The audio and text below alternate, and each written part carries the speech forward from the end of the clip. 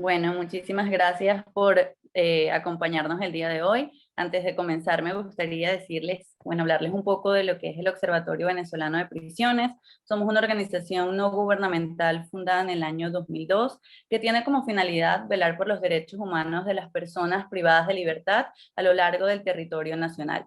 Contamos con 16 coordinaciones en Venezuela, los cuales se encargan de monitorear pues, la situación que viven las personas privadas de libertad en las cárceles venezolanas. Para ello, además, contamos con el apoyo pues, de abogados, periodistas, sociólogos, criminólogos, quienes se encargan pues, de monitorear cada una de las condiciones de reclusión en la que enfrenta la población reclusa de Venezuela. De esta forma, pues, tratamos de contribuir y pues promover todo lo que es la formación en derechos humanos de las personas privadas de libertad. El día de hoy hablaremos de lo que es la situación del planato en Venezuela en este foro llamado ¿Bajo qué control operan los planes en Venezuela? Para ello contaremos con especialistas en la materia. Hoy nos acompaña Rona Rísquez, quien es periodista e investigadora de Runrunes, experta en crimen organizado, letalidad policial y derechos humanos. Asimismo nos acompaña Luis Isquiel, quien es abogado penalista, experto en temas de seguridad ciudadana y profesor de criminología en la Universidad Central de Venezuela. También nos acompaña el doctor Humberto Prado, quien es además fundador del Observatorio Venezolano de Prisiones, un activista y defensor de derechos humanos y actualmente es director del Observatorio Latinoamericano y del Caribe de Prisiones. Asimismo, nos acompaña nuestra directora, abogada y defensora de derechos humanos, Carolina Girón, quien es pues, directora del Observatorio Venezolano de Prisiones. Sin más que hacer referencia, nuevamente agradeciendo su asistencia, damos inicio al foro del día de hoy con la ponencia del doctor Humberto Prado.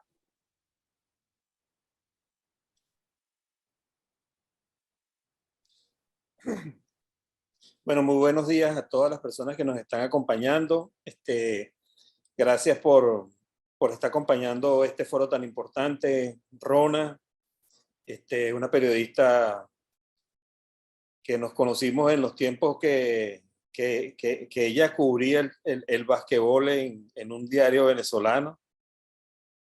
Y bueno, a nuestro amigo Luis, que ha sido una persona que ha hecho un seguimiento al crimen organizado en nuestro país y que lo ha expuesto muy académicamente para que por lo menos las personas tengan una visión de la importancia que es de la situación en la que nosotros estamos viviendo desde hace muchos años con esta figura que tiene que ver con los planes. A Carolina, por llevar adelante el Observatorio Venezolano de Prisiones excelentemente, con todo el grupo de coordinadores y todas las personas que lo están organizando y por lo menos los que nos acompañan hoy en la sala. Mire, hablar sobre el tema de los planes algunas veces no es como muy atractivo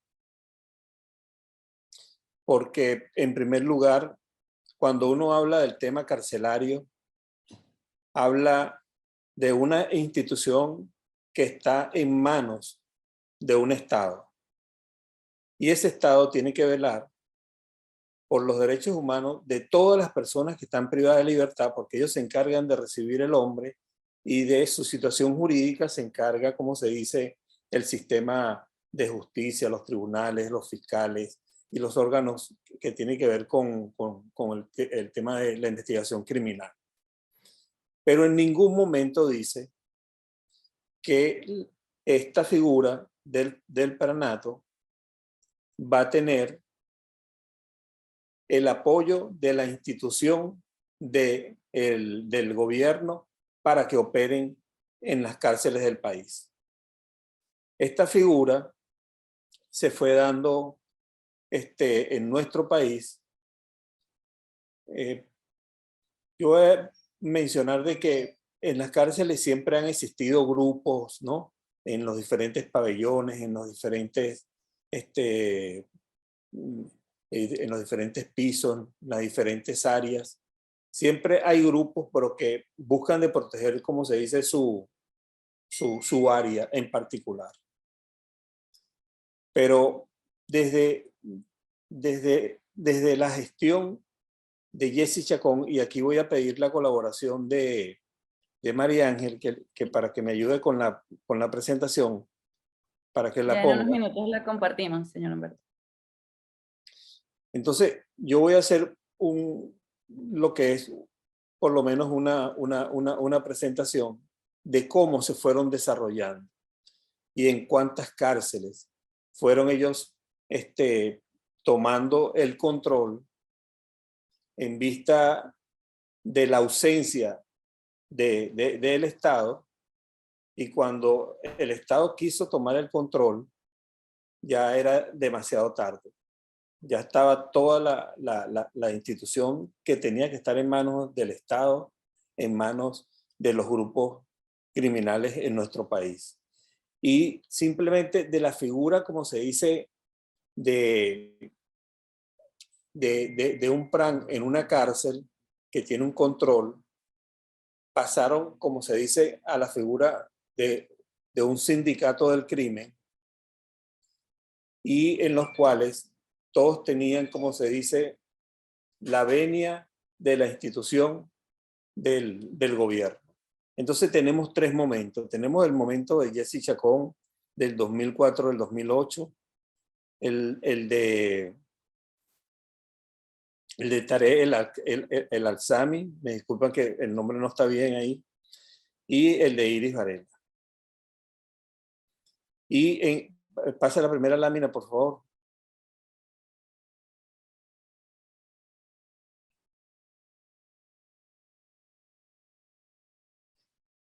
Esta la vamos a pasar rapidito, esta gestión, de que por lo menos en este tiempo que Jessy Chacón empieza con su figura de ministro de Interior y Justicia, porque las cárceles estaban en manos del Ministerio de Interior y Justicia, porque era la Dirección General de Custodia y Rehabilitación. Y habían cárceles que por lo menos estaban bajo el control del gobierno, y muchas cárceles en vista del abandono quedaron en manos de los grupos criminales. Y así empezamos por lo menos con en la cárcel de Tocuyito. No existía PRAN. La Penitenciaría General de Venezuela, en ese tiempo no existía PRAN. En La Pica no existía PRAN. En la cárcel de Ciudad Bolívar, conocida como Vista Hermosa, ahí empieza a estar la figura de Wilmito, que todos los que estamos en esta sala, o todos los que por lo menos han trabajado el tema de cárceles, sabemos a qué figura nos mencionamos. Pasa.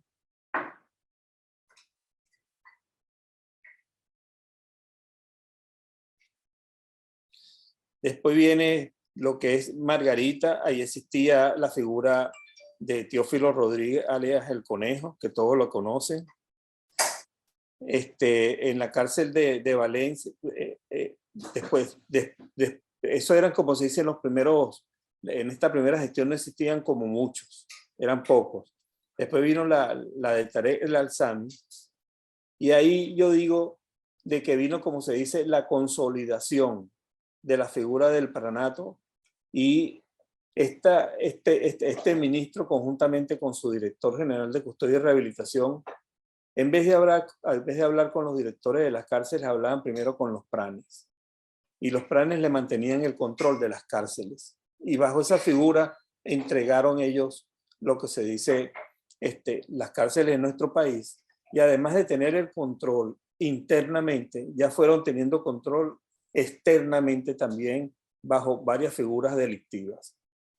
Pero estas figuras, estas láminas, María Ángela, quiero pasar detenidamente. Fíjese, en Tocuyito estaba el que le decían el gordo. Ya existía por lo menos esa figura que le mencionaban, que le decían el gordo. En la Penitenciaría General de Venezuela estaba el trompeta. En la cárcel de Ciudad Bolívar, como Vista Hermosa, estaba todavía Wilmito. En el Rodeo 1 existía el Eric, el alias el Petareño. En San Felipe ya existía uno que le decían el Nene, el Galeno Pincho. En Mérida, Tito Bisay, que ahora está en Tocorón. Pasa esta lámina.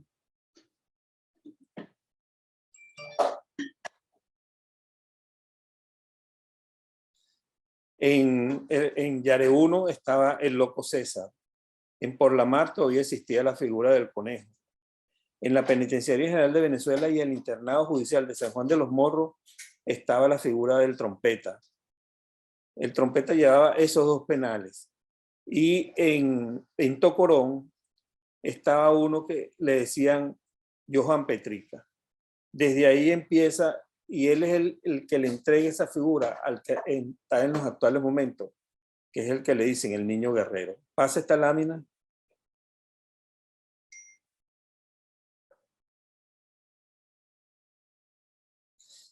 Y después viene la gestión de Iris Varela. Que lo insólito de Iris Varela viene, por lo menos para a mi modo de ver, de 3 puntos.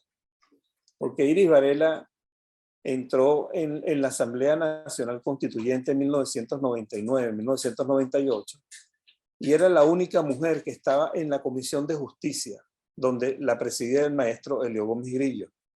Y fue donde nace el artículo 272 de la Constitución, que es donde está la verdadera transformación carcelaria en nuestro país, que te habla de la privatización, de la descentralización, de las granjas agrícolas, de lo que es la formación académica para las personas que por lo menos deben trabajar en las cárceles, en el área de educación, de administración, de seguridad y gerencia. Además de ello, lo que es la creación de un instituto autónomo para la figura, no para que sea quien gerencie las cárceles de nuestro país, sino para que le brinde apoyo con una figura importante que es la descentralización a todos los gobernadores o alcaldes que vayan a tomar esa responsabilidad con un mandato imperativo de la Constitución en cuanto a la descentralización. Y siendo ella la primera ministra a partir de que el que era actualmente en funciones de presidente, Hugo Chávez, en el 2011, después de un motín en el Rodeo, crean la figura del Ministerio de Asuntos Penitenciarios. Iris Varela es la mujer que la nombran. Y lo ilógico es que ella, siendo de la única mujer que estuvo en esa comisión de justicia con el maestro Elio Gómez Grillo y otros asambleístas, y crean por lo menos ese artículo 272 y el 189, que tiene que ver que las personas que por lo menos con grupos pueden intercambiar con grupos de las cárceles para ir formando lo que es esa parte comunidad penitenciaria, para no desligar al hombre de lo que es el área de la sociedad. Y Iris Varela, desde que estuvo como ministra hasta en los actuales momentos, nunca descentralizó una cárcel. Más bien lo que hizo fue institucionalizar la figura de los pranes en nuestro país, y agarraron ellos, como se dice, un poder más amplio. Entonces fíjense que pasa esta lámina.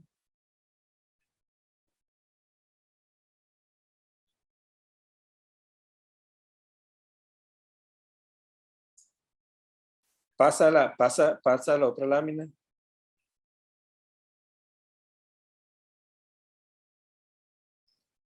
Entonces, para que ustedes vean que en esta gestión, como a mí me está correspondiendo lo que es el origen de lo que es el pranato en nuestro país, vean cómo es la evolución en estas 3 gestiones y cómo se consolida en la de Iris Varela, hasta los actuales momentos que nosotros estamos hablando.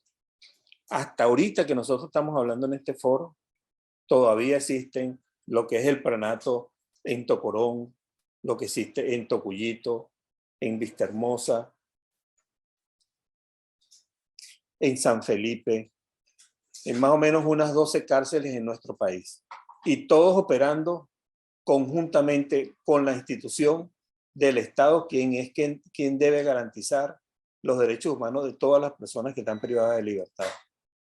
Y lo que existe en los actuales momentos es una complicidad del crimen corporativo entre el Estado y los pranes en nuestro país, al punto que su amplitud delictiva en nuestro país se ha ampliado en diferentes áreas y la figura incluso se ha exportado, como se ha hecho con las maras y como se ha hecho con el PCC de Brasil.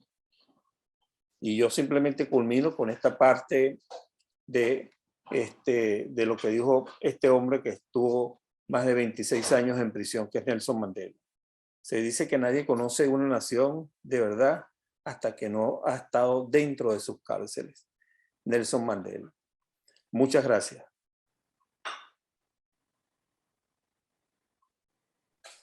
Muchas gracias, doctor Humberto, por su ponencia. Bueno, ahorita continuamos con el doctor Luis Isquiel. Sí, muy buenos días. Muchísimas gracias. Gracias a todos por la invitación. Y bueno, como vimos en la ponencia de Humberto, es evidente que los planes se fortalecen y se consolidan en Venezuela con ayuda de funcionarios del Estado, de altos funcionarios del Estado. Es decir, que esta es una figura que, si bien tiene un nacimiento silvestre, quizás por el abandono del Estado, de las cárceles, bueno, su crecimiento y consolidación fue con ayuda de altos funcionarios del Estado. Y hoy los venezolanos y Latinoamérica, en parte, están pagando la consecuencia de ese desastre. Fíjense que me llamaba la atención de esta primera lista que mencionó Humberto de los planes en Venezuela, que ninguno está vigente hoy en alguna de las cárceles del país, es decir, de esos primeros planes. Y esto me permite entrar a algo que pienso que se está evidenciando en los últimos años. Y es que es la consolidación de los líderes carcelarios delictivos, es decir, de los planes. Me explico. En un principio, cuando comenzó el surgimiento de esta figura nefasta dentro de las cárceles, constantemente había lo que se denominaba tumbes de gobierno o cambios de gobierno. Y la mayoría de los asesinados dentro de las cárceles se producían en estas escaramuzas donde un grupo de presos trataba de quitarle el control de la cárcel al PRAN y al grupo que mandaba. A veces dentro de una cárcel habían 2, 3 PRANes y unos luchaban con los otros para ir avanzando en el territorio y controlar la población. Pero yo lo que he observado, me corregirán los próximos ponentes, es que yo diría, qué sé yo, de unos 3, 4 años, 5 años hacia acá, yo no recuerdo el último cambio de gobierno en una cárcel, por lo menos, en Venezuela. Entonces esto me permite inferir que aquí hay una consolidación del pranato.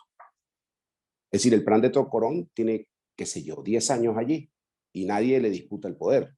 Lo mismo el plan de Tocuyito. Y así con otros planes en las distintas cárceles de Venezuela. Y esto es muy grave, porque, disminuyen los asesinatos dentro de las cárceles porque ya no hay la intención de que una pandilla o que un grupo le quite el control al otro. Pero estas figuras adquieren muchísimo poder con la consolidación a través del tiempo. Y las consecuencias para la población de lo que es esa situación carcelaria son aún peores. Además de esta colaboración que evidenció Humberto al principio de altos funcionarios del Estado para que se consolidara el pranato, evidentemente que hay complicidad de funcionarios de menor rango. Porque una de las fortalezas de los pranes, es decir, una de las razones por las cuales tienen poder, son el armamento que ellos tienen dentro de las cárceles.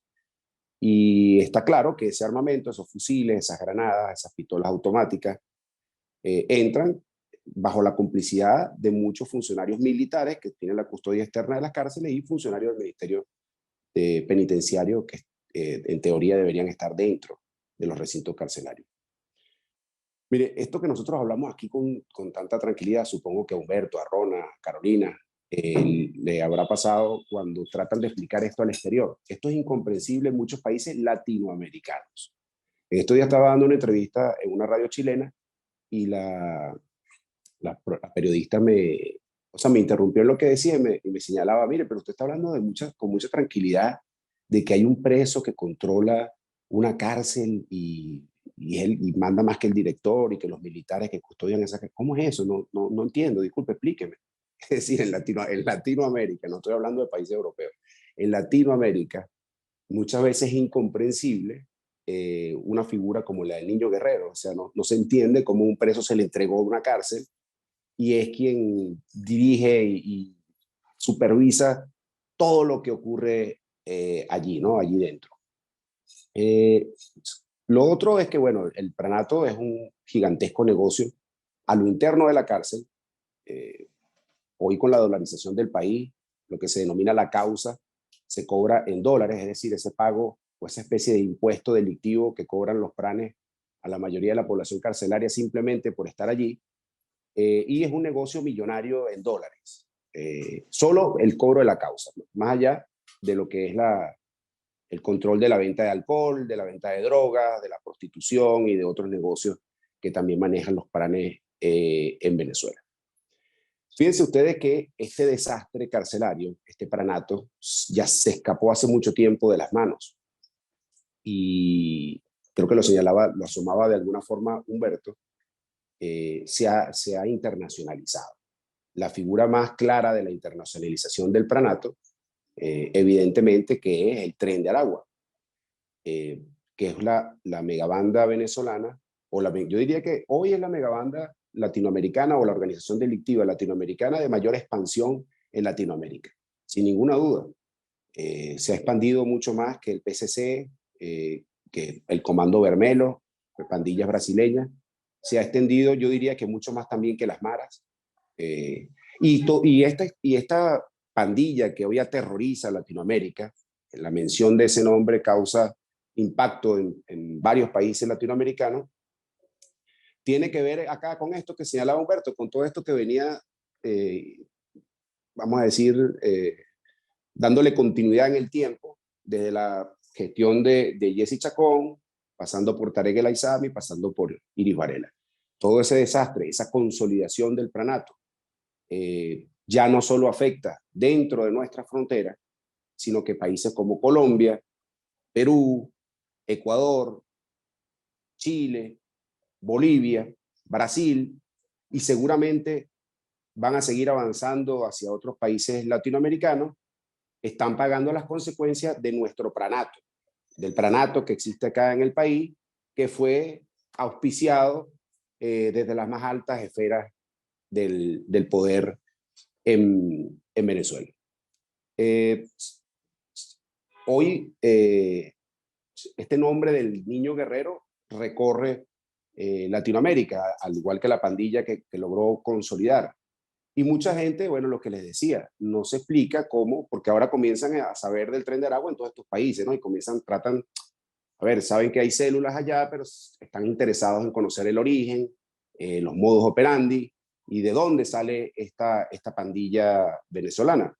Entonces ese nombre comienza a ser interesante en varios países latinoamericanos y objeto de estudio, y se enteran de todo esto que estamos hablando acá dentro de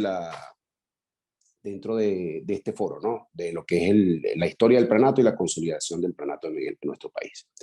Otra cosa que también quería señalar en estos breves minutos que tengo es que, así como señalé que como evolución del pranato, yo creo que hoy hay una consolidación y es difícil los cambios de gobierno.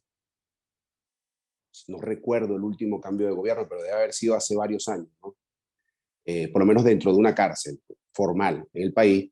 Bueno, otra evolución ha sido que el pranato se ha extendido también a los calabozos de policía, porque como sabemos, desde hace ya varios años, en Venezuela hay dos sistemas penales paralelos, creados también por la anarquía que se ha formado desde el Ministerio Penitenciario.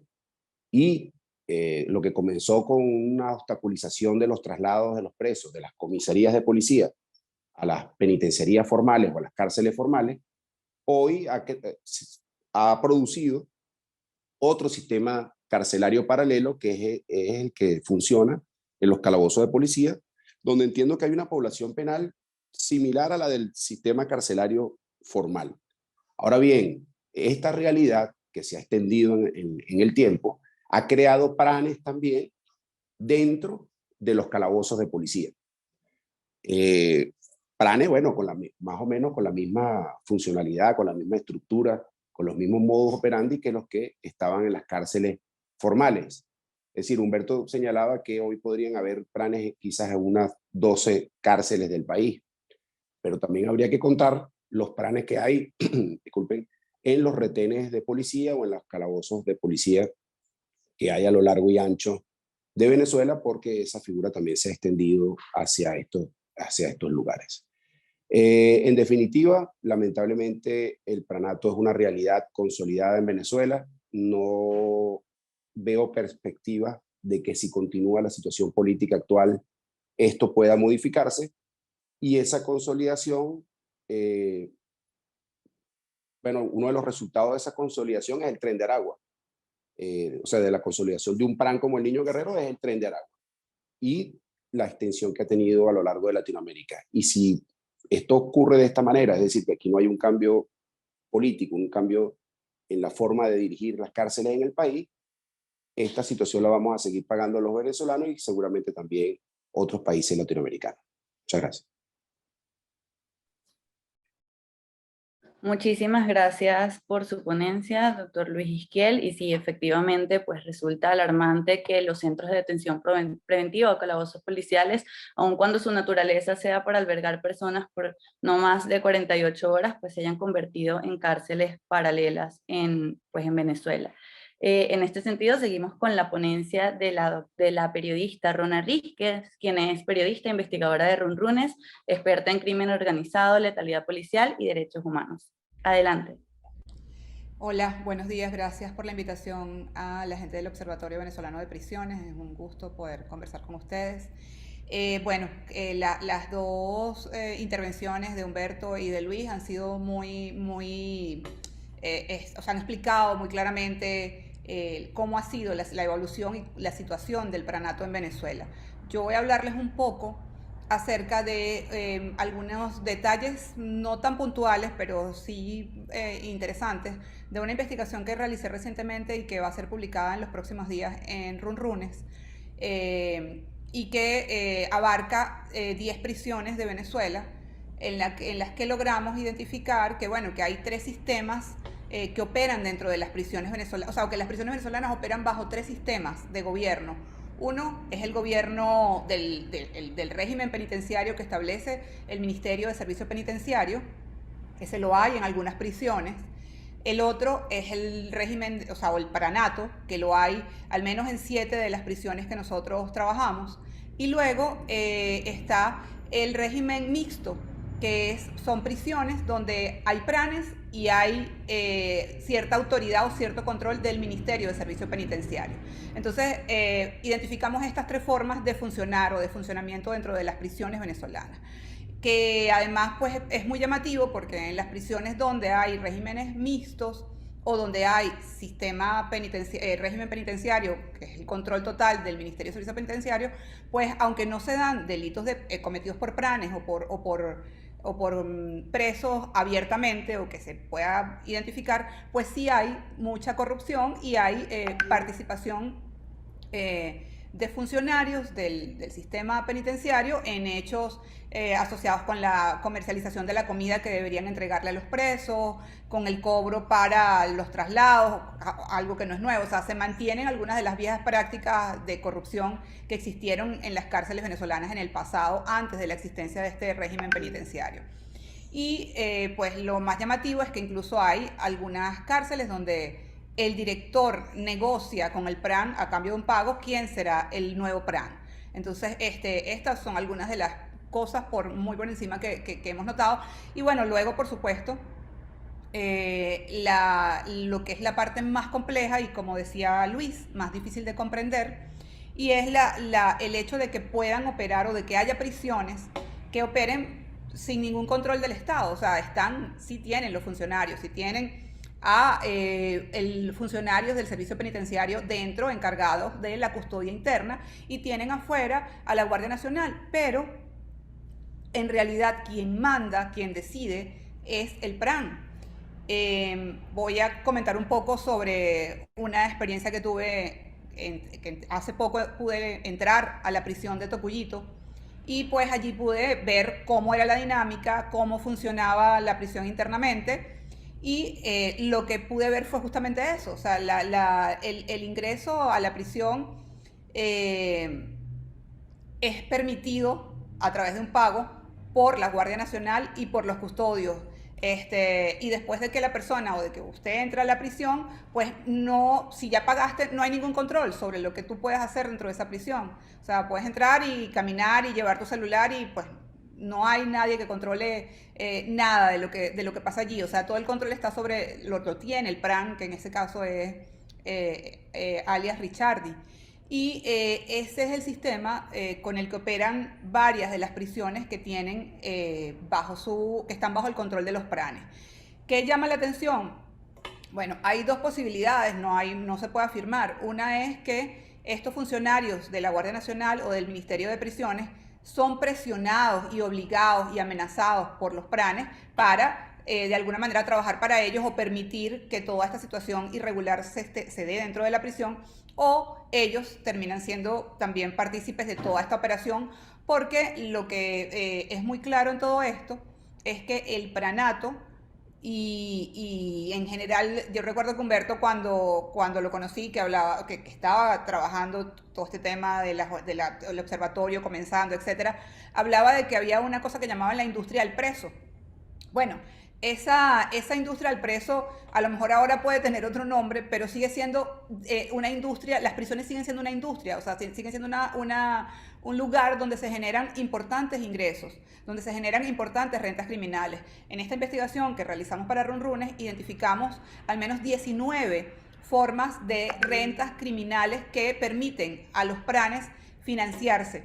Y estas 19 rentas, en algunos casos también reciben algún porcentaje o hay participación de funcionarios de la custodia del Ministerio de Servicio Penitenciario y de la Guardia Nacional. O sea, es imposible que, por ejemplo, el PRAN de Tocuyito tenga una charcutería dentro de su prisión, o de la prisión de Tocuyito, el internado judicial de Carabobo, con aire acondicionado, donde pues los presos están obligados a comprar todo lo que tenga que ver con carnes y embutidos allí. O sea, sus familias no pueden ingresar ese tipo de alimentos porque están forzados a comprarlo en la charcutería del PRAN, por ejemplo. Entonces, ¿cómo se construye una charcutería con aire acondicionado? Y cómo es posible que esta persona tenga esta estructura dentro de la prisión. O sea, tiene que haber algún tipo de permisividad por parte de las autoridades que, como les digo, en la parte de afuera puede uno pasar por allí y verlos, son funcionarios de la Guardia Nacional. Entonces, esta operación que hemos descrito hasta ahora, pues se repite en al menos 7 prisiones venezolanas que están en este momento lideradas por pranes y que, aunque tienen un director, el director termina siendo al parecer una especie de figura decorativa, tienen funcionarios de la Guardia Nacional en la custodia externa y tienen funcionarios de seguridad del Ministerio de Relaciones de Servicio Penitenciario adentro, pues operan estos pranatos en estas actividades que van desde el microtráfico de drogas, las extorsiones, la comercialización de comida, hasta, bueno, una variedad infinita que uno se sorprende cuando va identificándolas y registrándolas. Entonces, lo que podemos ver es que esta es una industria o una empresa, o sea, el pranato se ha convertido en una gran empresa que ahora, a través del Tren de Aragua, también se ha internacionalizado. Y como comentaba Luis, pues yo coincido totalmente. Para mí el Tren de Aragua en este momento es la organización criminal más poderosa, o más poderosa no, pero sí que más se ha expandido y que mayor presencia tiene en América Latina. Y lo llamativo es que no necesariamente, aunque es un grupo que utiliza la violencia, obviamente, pues, pero no ha sido justamente la violencia lo que le ha permitido asentarse y expandirse en estos otros países, o lo que los ha ayudado es su capacidad de justamente tener este amplio portafolio de rentas ilegales o de actividades ilegales en las que pueden involucrarse pues al involucrarse consiguen nichos que a lo mejor están de alguna manera desatendidos, entre comillas, por los delincuentes de esos países. Por ejemplo, el Tren de Aragua ha encontrado en el tráfico de migrantes y en la trata de mujeres para la explotación sexual un nicho que le ha permitido establecerse en varios países de América Latina, entre ellos Chile. Y esto es algo que han logrado justamente gracias a esta posibilidad que desarrollaron dentro de las prisiones de poder operar en distintos tipos de delitos, en una gama, como les decía, de al menos 19 delitos. Entonces, estas son, digamos, esto es de alguna manera el resultado de la situación que se vive en las prisiones venezolanas, del hecho de que los pranes llegaron a convertirse en una autoridad que utiliza las prisiones como guaridas y como base de operaciones, sin ningún tipo de control, sin ningún tipo de intervención de las autoridades, todo lo contrario. Y bueno, a partir de allí comienzan no solamente a ejercer el delito dentro de la prisión, sino que salen de la prisión. El Tren de Aragua controla varias localidades del estado de Aragua, entre ellas la localidad de San Vicente, donde tiene establecido una forma de gobernanza criminal. Y luego, pues no les fue muy complicado ir saliendo del país hacia distintas zonas. Tienen presencia, como ya se ha dicho, en el estado Bolívar, donde tienen control de minas, tienen presencia en el estado Sucre, donde tienen operaciones para el narcotráfico y la trata de personas, tienen presencia en la frontera entre Colombia y Venezuela, donde también controlan el tráfico de migrantes y los pasos de cualquier tipo de mercancía por esas, lo que llaman trocha. Tiene presencia en la frontera entre Chile y Bolivia, donde también controlan el paso de migrantes y el paso de droga, una droga relativamente, no nueva, pero no común, llamada cocaína rosa o tusi, ketamina, la llaman científicamente las autoridades. Tiene también el control en el paso entre Ecuador y Colombia, donde extorsionan y pues cometen otro tipo de delitos. Y así han ido expandiendo estas actividades hacia otros países de la región. Yo creo que hay un elemento muy, muy importante, y es que efectivamente cuesta, como comentaba Luis, cuesta trabajo explicar afuera que estas cosas pasan desde una prisión, que hay una persona en una prisión que tiene un control, a pesar de que la prisión tiene un director, a pesar de que la prisión tiene autoridades, pero hay un preso que tiene todo el poder y que tiene además todo el respeto del resto de la población penal, por la fuerza o por la violencia o porque tiene algún tipo de liderazgo, pero la realidad es que es este preso, que es el PRAN, quien controla todo esto. La razón, Luis hablaba de que no había cambios de gobiernos. Hace poco hubo uno en Yaracuy, pero en realidad en mayo mataron al PRAN de Yaracuy. Pero en realidad lo que ocurre es que estos pranes, además, esto sí es una cosa que también es muy loca, pues varios de ellos, por ejemplo, los pranes de Vista Hermosa, ya tendrían que haber salido en libertad y simplemente no salen porque ellos deciden no salir de la cárcel, quedarse en la cárcel para poder seguir operando estos negocios que les son muy lucrativos y porque, bueno, dentro de la cárcel están seguros. Entonces, esto es un elemento que también es interesante, que nos dice un poco la situación que se está viviendo en estas prisiones venezolanas que están regidas por el pranato y que mueven millones de dólares, porque no es solo, como les decía, no es solo la causa, que ya es una fuente de ingresos bastante significativa, sino que además tienen una serie de fuentes de ingresos, de rentas ilegales, que pues no solamente les sirven para vivir, sino también para consolidar su poder, y son la razón por la que se mantienen en la prisión. O sea, en la medida en que tienen más poder, en que logran consolidar este liderazgo, pues ellos se mantienen dentro de la prisión. Además han establecido algunas estrategias muy hábiles, que les permiten evitar, no sé si se han dado cuenta que ya no hay motines prácticamente en las prisiones venezolanas, y los últimos eventos que ha habido similares a un motín en realidad no han sido motines promovidos por los presos, sino que han sido los funcionarios policiales o de seguridad que intervienen y terminan generando algunas matanzas. Pero en realidad no hay motines porque en este momento los pranes han establecido ciertas normativas que limitan el uso de armas de fuego a el grupo cercano al PRAN. O sea, en este momento en las cárceles venezolanas no cualquier preso tiene un arma, solo tienen armas los que los pranes permiten que tengan armas. Y estas armas, y estos que tienen armas pertenecen al grupo del PRAN. Entonces esto de alguna manera le da una garantía a este PRAN y eso impide estos cambios de gobierno que ocurrían anteriormente. O sea, y también impide las muertes por violencia. O sea, la violencia está de alguna manera controlada. O sea, es una forma también no sé cómo se podría llamar en términos académicos, pero es también una forma de gobernanza criminal, pero del pranato, dentro de la prisión. O sea, es el control total sobre la población penitenciaria. O sea, en realidad no todos los que están en la cárcel pertenecen al grupo del PRAN. Es un grupo muy pequeño el que pertenece al grupo del PRAN, pero este es el grupo armado dentro de la prisión y por eso ejerce el control sobre toda la prisión y sobre toda la población penal. Esta es mi... Muchísimas gracias. Sí, efectivamente, pues resulta asombroso que estas prácticas pues se continúen en Venezuela aun cuando son contrarias a la posición de garante que el Estado venezolano tiene por obligación, pues con cada una de las personas que se encuentran privadas de libertad, la obligación de velar por la vida y la integridad personal de la población reclusa. Claramente que con estos actos de corrupción, violencia intracarcelaria y en general la anarquía vivida, pues está dando completo incumplimiento. Así que, bueno, ahora dejamos para mostrar una mirada a lo que es la realidad en las cárceles venezolanas a la doctora Carolina Girón. Tiene el micrófono mute.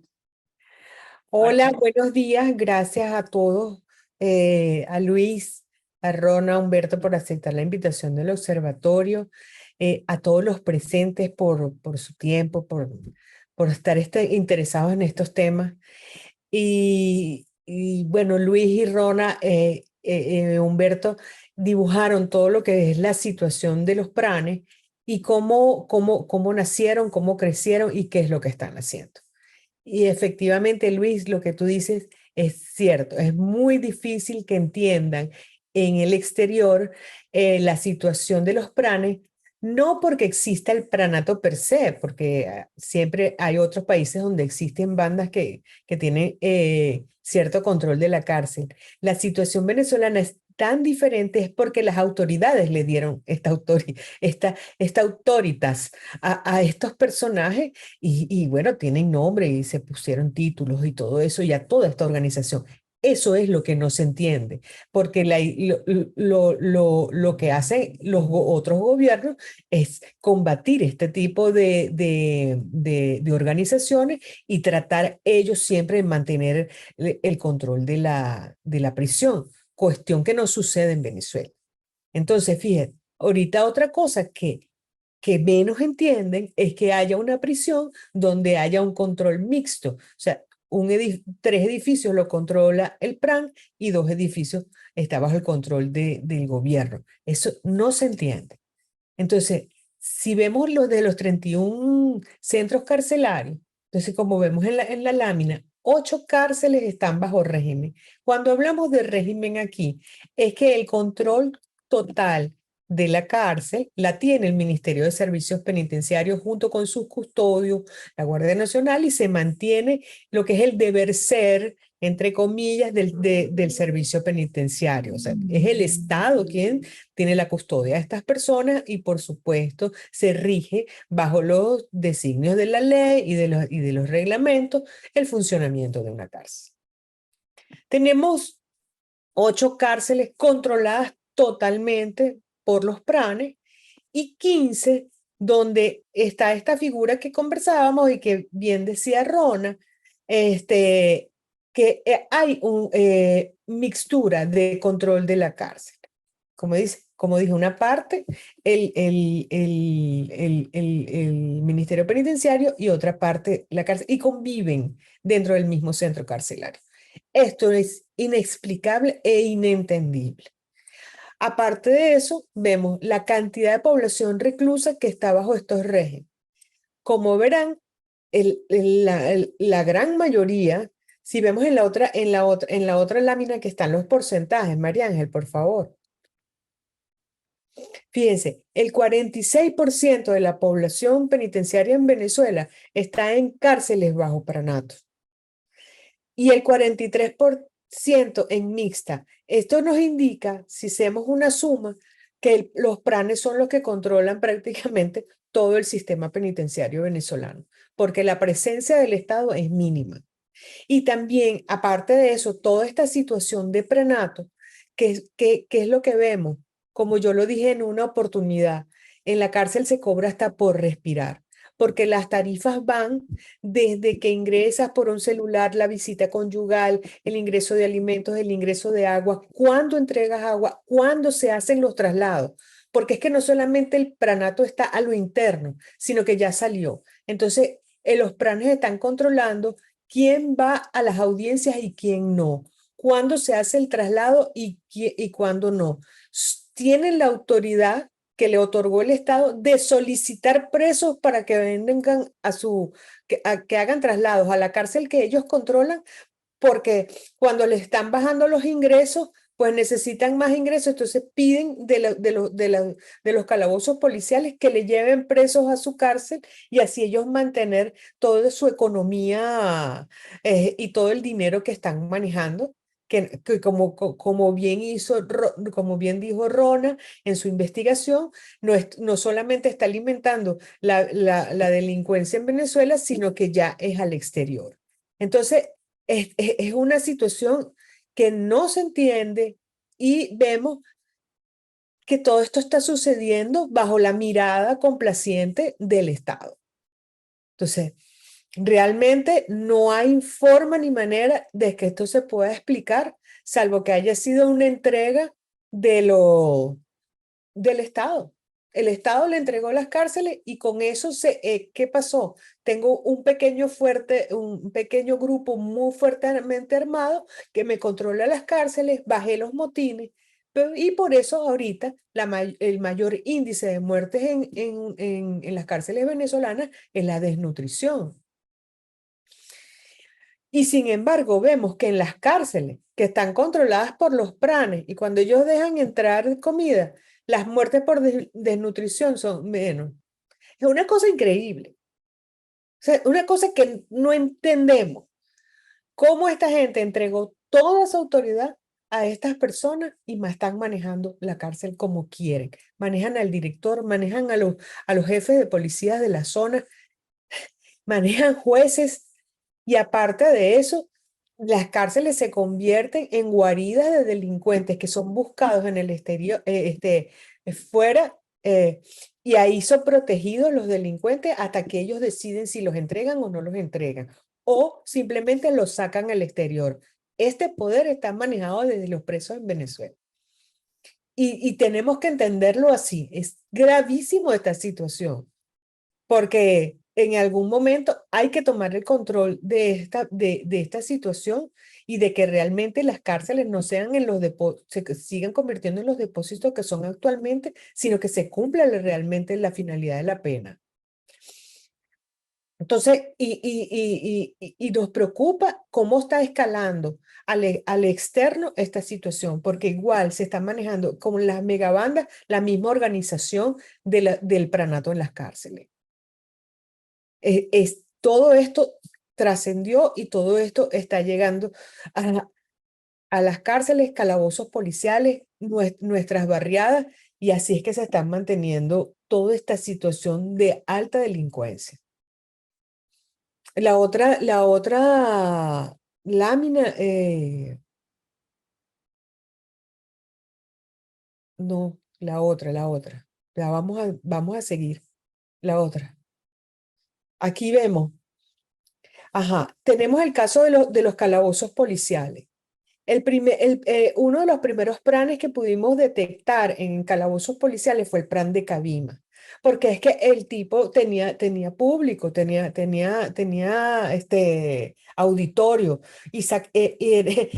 y el control era tan grande que el tipo sacaba a los presos desnutridos o con tuberculosis a la calle, los sentaba ahí en la calle para que los medios de comunicación social les tomaran fotos y entonces hicieran sus reclamos. Todo esto estaba manejado por el plan de Cabima. Y así tenemos unos mini planes en todos los calabozos policiales, que a su vez estos planes de calabozos policiales tienen conexiones con los planes de las cárceles cercanas a donde se encuentran estas comisarías estas policías, ¿no? Y que tienen allí calabozos. Entonces, también pudimos detectar que cuando hubo el motín en los calabozos de los guayos en el estado Carabobo, la persona que inicia y fue muy violento con los funcionarios, tenía conexión con el Plan de Tocuyito. Y efectivamente al día siguiente los trasladaron para que el hombre siguiera Tocuyito. Entonces, es el control total, lamentándolo mucho, es una situación inexplicable. Ya lo hemos denunciado, cuesta entenderlo, cuesta explicarlo y cuesta que lo crean. Pero esa es nuestra realidad. Gracias.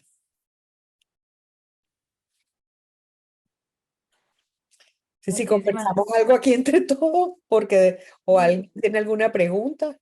Sí, bueno, eso es lo que iba a comentar, que si alguien tiene alguna pregunta la puede hacer justamente en la sección de preguntas y respuestas que está habilitada y bueno, serán respondidas por cada uno de los ponentes en el orden necesario. Acá tenemos una mano levantada, le va a permitir hablar.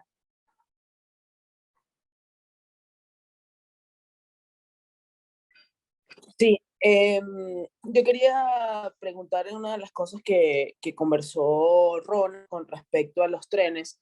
Una vez que ellos salen, toman el control, logran internacionalizarse, quedan de alguna manera como una célula atada a algún centro de operaciones que queda en la cárcel, es decir, ellos se internacionalizan y se independizan, o de igual manera tienen que seguir pasando algún tipo de dinero, vamos a ponerlo como informe, pero claramente no es un informe, o algún tipo de información a algún centro de operaciones que queda en las cárceles de donde ellos salieron, por ejemplo, el Tren de Aragua o cualquier otro tren, o simplemente salen, se constituyen, se independizan y se internacionalizan, o sigue esa red conectada a algún centro dentro de las cárceles. Bueno, ¿le explico yo? Sí, adelante. Eso no hay una fórmula hasta ahora precisa. Lo que se puede concluir en este caso, en el caso del Tren de Aragua y en el caso del Tren de Aragua en Chile puntualmente, según lo que han investigado las autoridades chilenas, es que sí hay un nexo. Es decir, las personas del Tren de Aragua que están operando en Chile deben enviar dinero y deben reportar si reciben órdenes de los que están en la prisión de Tocorón. Eso es lo que de alguna manera han identificado las autoridades chilenas en la investigación que están haciendo y con base a las detenciones de las personas que fueron detenidas en Chile como miembros del Tren de Aragua. Esto no significa que así sea la operación en otras partes y tampoco significa que esa sea la manera de operar de otros grupos que salen de las prisiones y están en algún otro país. Por ejemplo, hace unos años se identificó que unos miembros de Puente Ayala pertenecen al PCC de Brasil. Sin embargo, no hay certeza de que estas personas le reporten algo al PRAN de Puente Ayala, que además es uno de los PRANes también como que tiene menos tiempo. O sea, es justamente una de las cárceles donde ha habido más cambios de liderazgo en los últimos años. Entonces no necesariamente hay una línea clara en eso, o sea, creo que es algo que todavía está por definirse, como si hay una obligatoriedad o si es en algunos casos que operan así. En este caso de Chile pareciera que sí le reportan al grupo que está acá en la prisión. Vale, gracias. Tenemos otra pregunta que nos dice lo siguiente: en caso de existir un Estado de Derecho en Venezuela, ¿es posible recuperar el control de las cárceles? Esta pregunta, bueno, no sé si la quiere responder el doctor Humberto Prado. Mire, bueno, yo creo que esta pregunta la podemos responder, Luis también puede meterle ahí a esto, pero esta corporación criminal, esto se extendió, como se dice, todo el mal a las instituciones del Estado, al punto que, fíjese que yo voy a traer como anécdota, que el día que Tarek William Saab estaba dando a conocer sobre la investigación de la desaparición del dirigente político Carlos Lang, él mencionó con bombas y platillos de que, bueno, que la esposa, las ex esposas de él confesó a un amigo de él o amigo de la esposa Y mencionaron también de que eso lo hicieron bajo un contrato con un PRAN de Tocorón. Cuando él terminó la rueda de prensa, un periodista le dijo, bueno, usted mencionó los autores intelectuales, mencionó los autores materiales, pero no mencionó el nombre del PRAN. ¿Cuál es el nombre del PRAN? Y el señor Tarek William Saá simplemente guardó silencio diciendo, no, eso está bajo reserva. No, eso no está bajo reserva nada.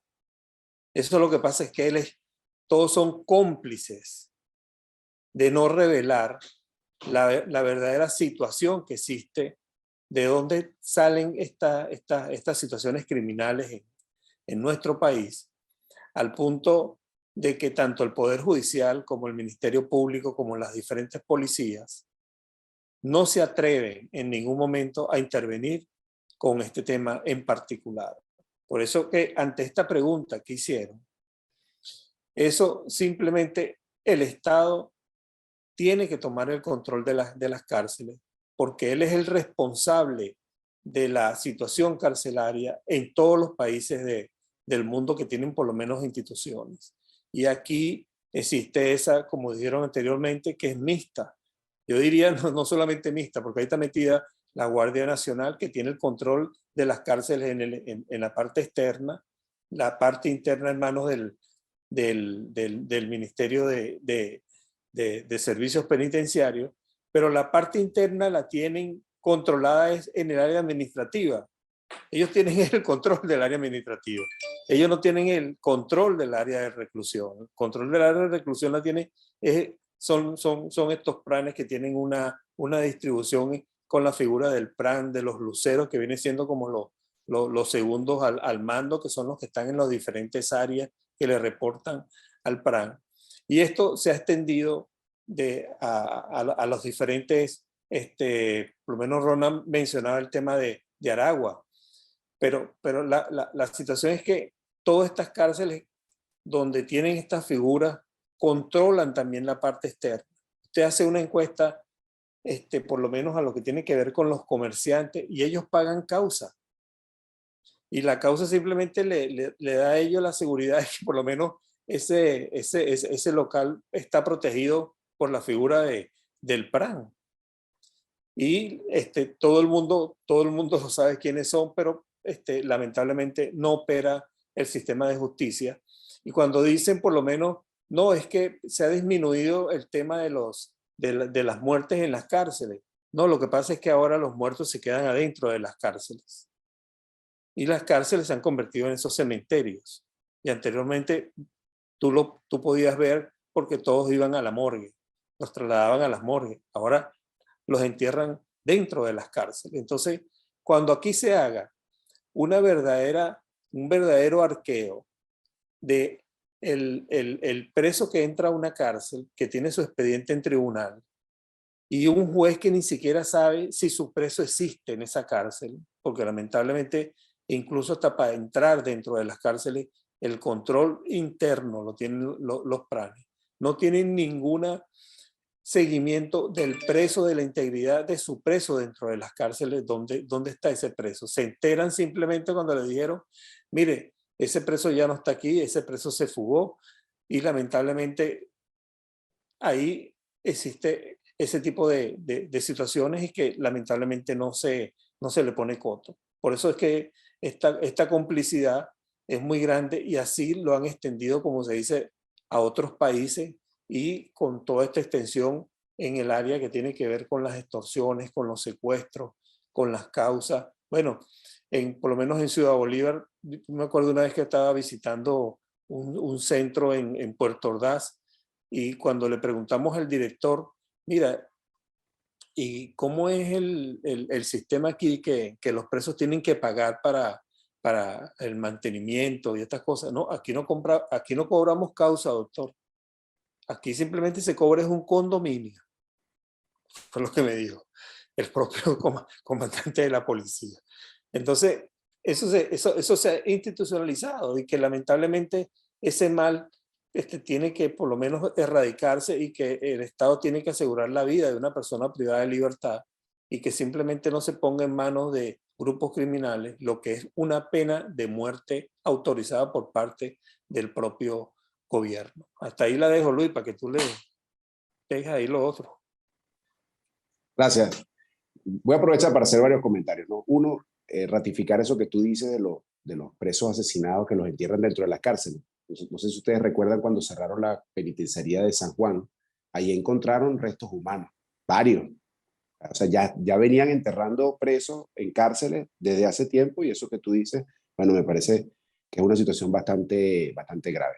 Otro que quería también comentar es que, fíjense ustedes que la experiencia carcelaria de estos delincuentes acá en Venezuela, cuando conocen lo que es el pranato, es de interés de presos en el exterior.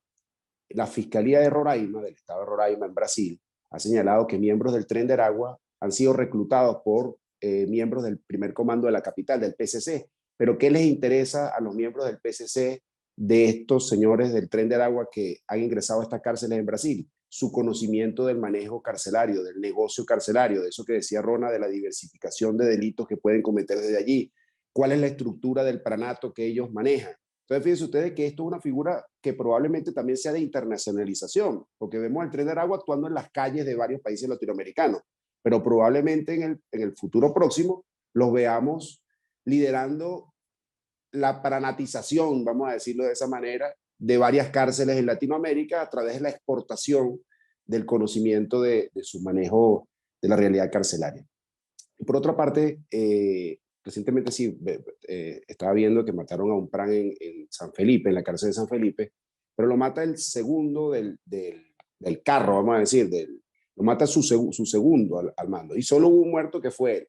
Yo me refería a que aquí no hay aquellos cambios de gobierno donde se producían masacres dentro de las cárceles, donde un ejército de presos combatía al otro ejército de presos, y ahí se producían la mayoría de los asesinatos, que el Observatorio Venezolano de Prisiones siempre lo venía recogiendo, bueno, lo viene recogiendo año tras año, pero en aquellos años los muertos alcanzaban 400, 500 por año, y la mayoría eran de estas masacres que se producían por las disputas del control del pranato dentro de las cárceles. Y por último, para finalizar, esa visualización de la Venezuela cuando cambie esta situación política y cuál va a ser la circunstancia de las cárceles, yo creo que no es un problema fácil. Yo creo que decir acá, o señalar, o que yo pueda afirmar que esto es un problema de fácil resolución sería mentir.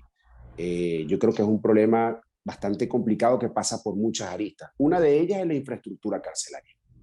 Humberto, por supuesto, conoce más que yo de esto, pero yo creo que las últimas cárceles,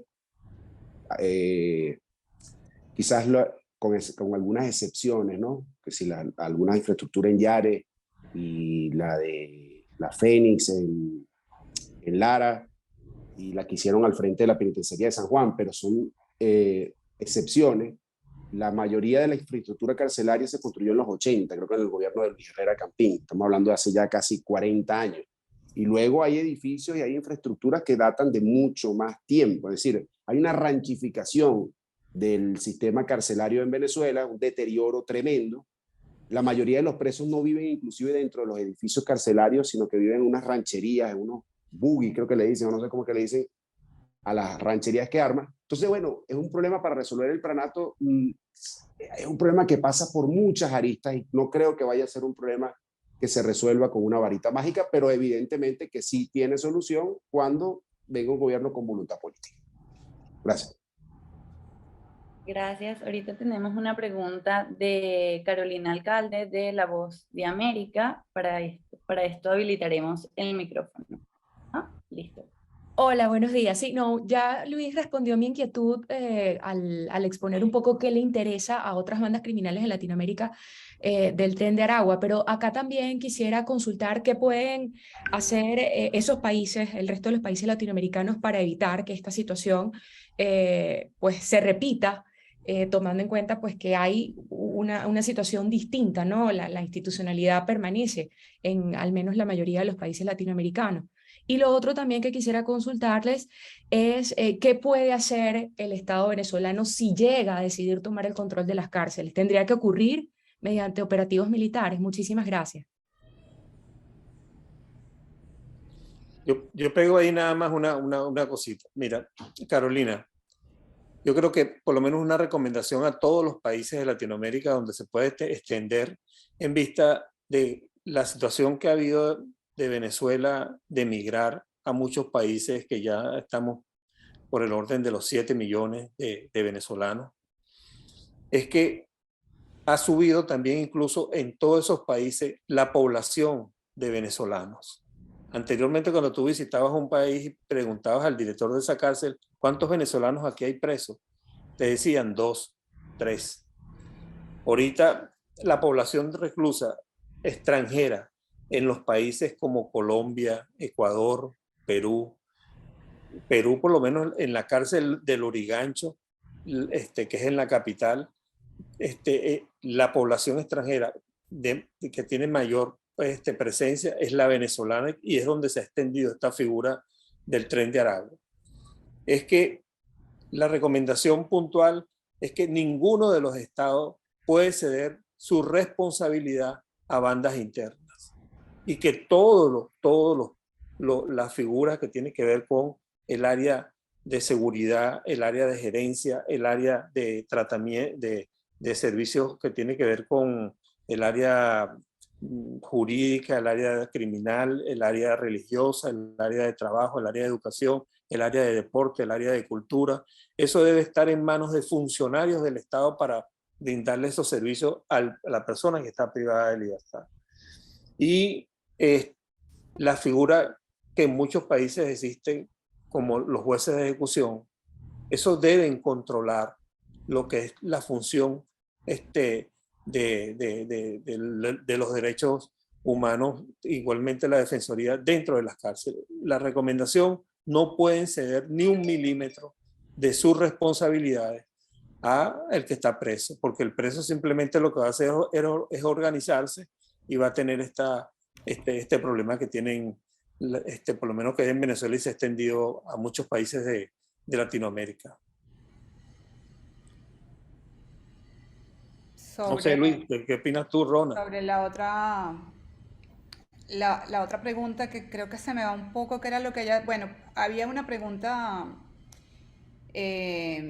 allí sobre el tema de las prisiones y si era posible controlarlas, etcétera. Pues yo creo que hay una evidencia muy clara de que si existiera una voluntad política, las prisiones pudieran ser controladas. O sea, este nuevo régimen penitenciario que comenzó el Ministerio de Servicio Penitenciario y que hoy existe, creo que fue en 8 cárceles y que supuestamente existió en otras cárceles en algún momento, que implementó Iris Varela, pues así como pudo implementar ese régimen penitenciario, que no es que sea la cosa más maravillosa, pero digamos, fue una forma en que el gobierno tomó el control de algunas cárceles, pues pudiera también tomar el control de estas cárceles donde hay pranato, donde hay un sistema mixto. Es obvio que lo que ocurre es que no hay una voluntad política. Es decir, si se decide, se puede hacer. Y incluso lo que comentaba antes, que incluso también tiene que ver con algo que comentaba Luis de lo de los muertos. No, yo no, o sea, obviamente los cambios de gobierno no son violentos por lo que comentaba. Ahora no es que cualquier preso tiene un arma. O sea, solo tienen armas los presos que pertenecen al grupo del PRAN, lo que llaman el carro. Es decir, si el gobierno decide buscar la manera de que esta situación, de que las cárceles dejen de estar en el control de los presos y vuelvan a manos del Estado, pues el gobierno pudiera, no es tan complicado, o sea, no es que toda la población penal está armada y se va a armar una gran reyerta, se puede armar una reyerta, pero depende de cómo se maneje eso. No es toda la población penal la que está armada, es decir, en Tocorón hay 7.000 hombres, 8.000, 6.000, no sé exactamente, porque tampoco se tiene certeza de cuántos hombres hay. Todas esas personas no tienen armas. O sea, puede que tengan armas quizás 1.000 o menos. O sea, no es que toda la población penal en Venezuela está armada. Todo lo contrario. Hoy en día, o sea, lo que pasó fue un cambio. El control que tenía el Estado sobre las prisiones y la Guardia Nacional pasó a estar en manos de unos pocos presos que siguen ejerciendo un control sobre la población penal y que son los que están armados. Entonces, ese control, que además pareciera que fue un control de alguna manera cedido, no sabemos si negociado por el Estado, pues el Estado pudiera buscar la manera de retomar ese control. O sea, yo no lo veo tan complicado, como no quiere decir que sea fácil, no quiere decir que, pues sí, se resuelva así con una varita mágica, pero creo que es viable, o sea, es posible si hubiera una voluntad política. Y Con respecto a los países de América Latina, pues tengo entendido que ya hay algunas evidencias o algunas manifestaciones en cárceles de otros países de la región donde están detenidos miembros del Tren de Aragua, pues ya han comenzado a intentar pues algunas de sus prácticas, porque bueno, es el conocimiento que traen desde la prisión, que además no solamente es muy fácil exportarlo a estas otras prisiones, o sea, ya lo exportaron a las calles de Venezuela, donde las megabandas comenzaron a operar copiando la estructura de los pranatos carcelarios, porque dicho por un líder de una megabanda, porque identificaron que era una estructura exitosa que había funcionado dentro de la prisión y ellos la asumieron y la aplican, y ahora en los barrios y a las megabandas, a los jefes, también se les llama pranes, precisamente porque adoptaron esta mecánica. Entonces, no es muy complicado que efectivamente estas prácticas puedan también intentar implementarlas en prisiones de los países donde estos miembros del Tren de Aragua o de otra organización delictiva venezolana puedan ser detenidos. Sí. Y agregando algo a eso lo evidenciamos cuando ya no hay en las cárceles armas de fabricación carcelaria, los famosos chuzos o los copos de antes. Ahora estamos hablando de armas de guerra, granadas, ametralladoras, pistolas de alto calibre. Entonces ahí vemos el cambio, pues eso nos lo lleva a una visita en vista de que en Venezuela no hay venta libre de armas y evidentemente el control de eso lo tienen los militares. Entonces es todo un entramado gubernamental, por llamarlo, quien ha permitido y ha facilitado todas estas cosas. Entonces, esas son cosas que hay que ver hay que quitarle las armas, y no solamente las armas, es la cantidad de munición y la cantidad de respuesta que tiene, porque no sé si recordarán un enfrentamiento que hubo en la PGB contra el comando de la Guardia Nacional, y estuvieron 17 horas en enfrentamientos, tanto que la Guardia Nacional quedó sin municiones y los presos seguían disparando. Entonces es complicado, y con una AK-40 con mira telescópica encima en el techo de la PGB. Entonces estamos hablando de un poder de fuego que no es que no lo da lo que es la cárcel común. Entonces, esta situación es extremadamente grave, pero también en medio de todo es algo que sí se pudiera controlar, como bien dice Rona, como dice Luis, como dice Humberto, pues la voluntad política y las ganas de que esto cambie. Tenemos por acá otra pregunta de la periodista Diana Kreis, que nos dice, no sé si quiere habilitar el micrófono o prefiere que le lea. Bueno, va a leerla porque dice, ¿cómo otro país podría controlar la llegada del Tren de Aragua? ¿A través de qué políticas otro país podría, pues, prevenir la llegada del Tren de Aragua? Mira, es que yo creo que aquí incluso cualquier delito que se comete en otro país, simplemente la mayoría de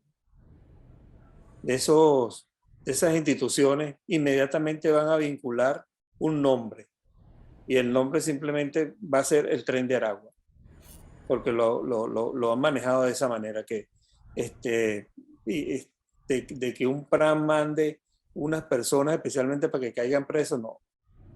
Eso simplemente lo que sí ha habido es que cuando aquí se haga una investigación de cuántas personas los presos, estos pranes han enviado a las minas, han enviado a diferentes organizaciones en diferentes ciudades, y que ahora están en trochas, como dijo Rona, y que eso está también debidamente estudiado, incluso escrito, que lo hemos expuesto tanto en la Comisión Interamericana como en la Corte. Ahí por lo menos se va a ver todo lo que tiene que ver con la extensión de esta figura. Pero estas bandas cuando se extiende, que dicen no, que ya está en tal país, que está en otro país, bueno, muchas veces la policía inmediatamente le monta una etiqueta y dice, este es el Tren de Aragua también. Y yo creo que ahí hay que tener mucho cuidado con ese tipo de extensiones. Pero de que existe esa extensión de de la figura, eso está ahí. En Colombia es increíble cómo se ha extendido esto. Y a la hora de eso daría chance incluso para exponer otro tema de lo que tiene que ver las extensiones, donde haríamos por lo menos ese arqueo del Observatorio Latinoamericano y del Caribe, en cuántas cárceles está la población reclusa, en cuántas cárceles está operando este tipo de figuras. Sería bien interesante ponérselo a los periodistas, por lo menos para que ellos por lo menos pongan en conocimiento a través de esos escritos que hacen tan maravillosos a todos los pueblos. Para seguir con este hilo del Tren de Aragua, nos preguntan directamente para Rona, dice, en su investigación ha detectado que funcionarios del régimen estén involucrados específicamente con el Tren de Aragua o con los demás pranatos. Esa pregunta, yo creo que pues no es necesario identificar que una u otra persona estén vinculados o no. Yo creo que con la explicación que hizo Humberto de cómo fue el crecimiento y el fortalecimiento del pranato y cómo podemos ver hoy que existe la cárcel de Tocorón, que el Tren de Aragua es gobernado desde la cárcel de Tocorón, que el jefe del Tren de Aragua, o uno de los jefes, porque son varios jefes, opera desde la cárcel de Tocorón, que está identificado y que las autoridades no hacen nada, pues uno puede asumir que obviamente tiene que haber allí algún tipo de permisividad, vínculos, o sea, no puedo afirmarlo, pero digamos, es así como ladra y tiene cola y tiene orejas, o sea, bueno, perro, ¿no? Pues no podría decir miras, pero digamos, son como demasiados elementos que en realidad pues llaman mucho la atención y ojo, no es que a uno esto le parezca algo wow, no, sino que es algo que puede sorprenderte, que puede impresionarte, o sea, que tú puedes decir, pero ya va, o sea, esto no puede ser. Y no solamente, por eso cuando Luis comentaba y Carolina, que afuera es difícil que lo entiendan, es que hasta para uno es difícil, no de entenderlo, pero sí de creerlo. O sea, cuando consigues cada cosa, tú dices, no, ya va, no puedo ser. O sea, yo me pongo las manos en la cabeza cada vez que me entero de algo que uno supone que son especulaciones. Y cuando ves que no, dices, no puede ser. O sea, sí, por otro lado, pasa también lo que dice Humberto.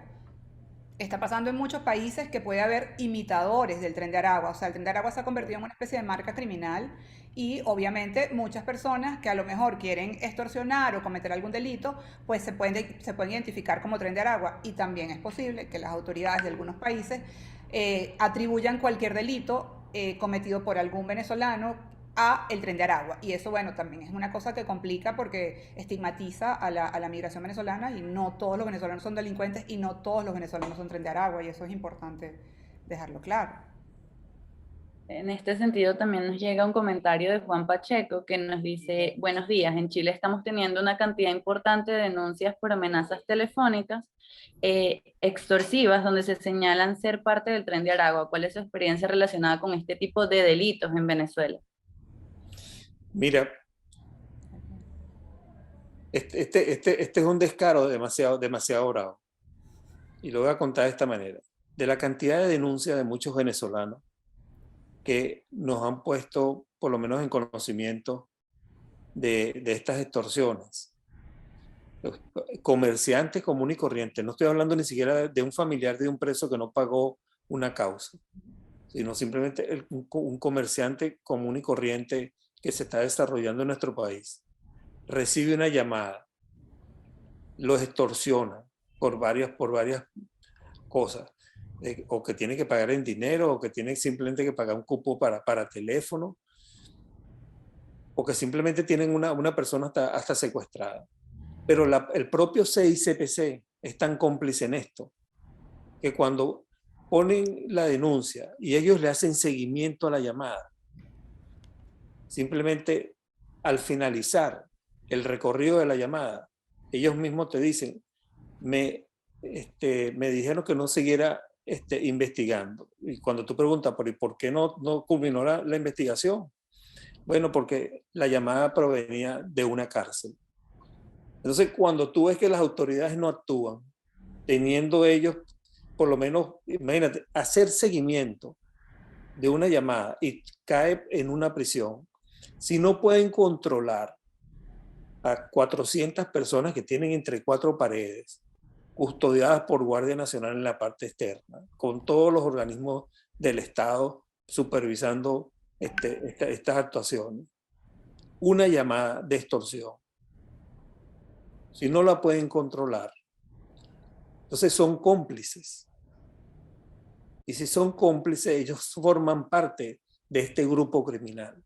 Independientemente que te digan, no, pero es que ellos están ahí, pero no, nosotros no nos metemos en esto, ¿no? Pero si usted como autoridad no actúa, usted es cómplice.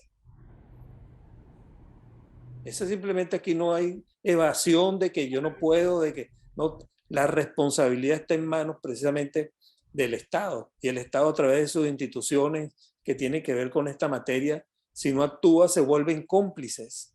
No solamente al preso que no lo dejan salir cuando un juez lo llama para una audiencia, sino simplemente cuando hay una investigación de una persona que desaparece y saben que está dentro de un penal y no actúan.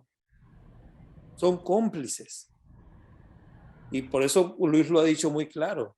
Esto es una situación que esto culmina, a mi modo de ver, esto lo digo de una manera muy institucional, esto simplemente cambia cuando haya un cambio de estructura de gobierno. De lo contrario, este gobierno es cómplice de toda esta estructura criminal en las cárceles del país. Yo quería acotar, si me permiten, brevemente, que con esto que señalaba la persona que emitió el comentario, se evidencia la exportación de modus operandi. Yo estuve viendo una periodista chilena que denunció que recibió una llamada telefónica extorsiva, y es el mismo modo operandi de llamadas que se vienen haciendo desde hace tiempo en Venezuela, con una historia acerca de que quien recibe la llamada se le dice que se trata de un grupo, en este caso el Tren de Aragua.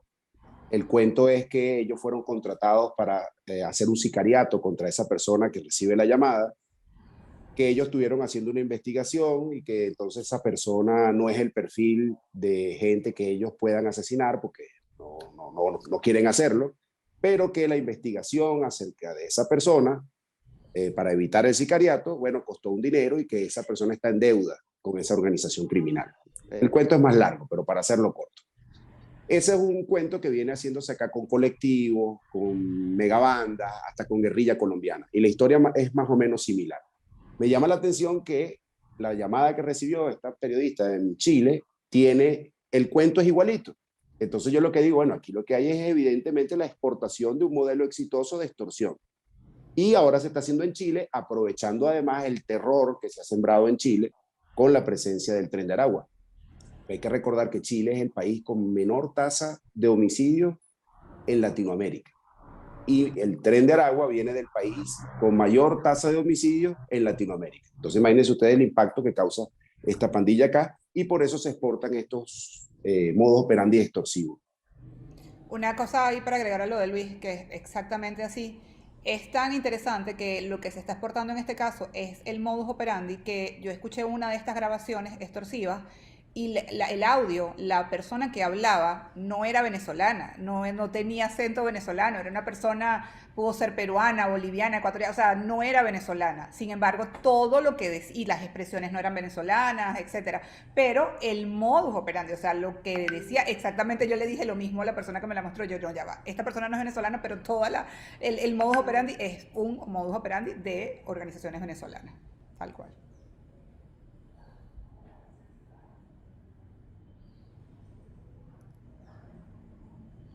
Bueno, entonces tenemos acá un último comentario de Juan Pacheco desde Chile, que nos dice, conforme a su conocimiento, que mantienen de los planes. No es una pregunta, perdón. ¿Nos podrían indicar de forma muy resumida cuáles son los cargos jerárquicos identificados y funciones dentro de la estructura del planato? Asimismo, ¿qué significa la palabra plan? Bueno, mire, yo creo que ahí me puede ayudar Luis y Rona también en esto, pero yo creo que la figura existe donde, lo voy a poner así por lo menos figuradamente. Igual como existe un sindicato, existe la figura que ellos le dicen el carro. El carro viene siendo como el sindicato. Y en el carro están montados precisamente el que lleva el volante. Y el que lleva el volante es el PRAN. Y el PRAN, que tiene a su lado, como se dice, los otros tripulantes, son los luceros. Y los luceros son, como se dice, los lugares tenientes. Entonces, eso viene siendo como una estructura muy sencilla. Y lo que tiene que ver con el nombre del PRAN, esas 5 letras simplemente significa preso, rematado, asesino nato. Y así, por lo menos, lo bautizaron desde un primer momento.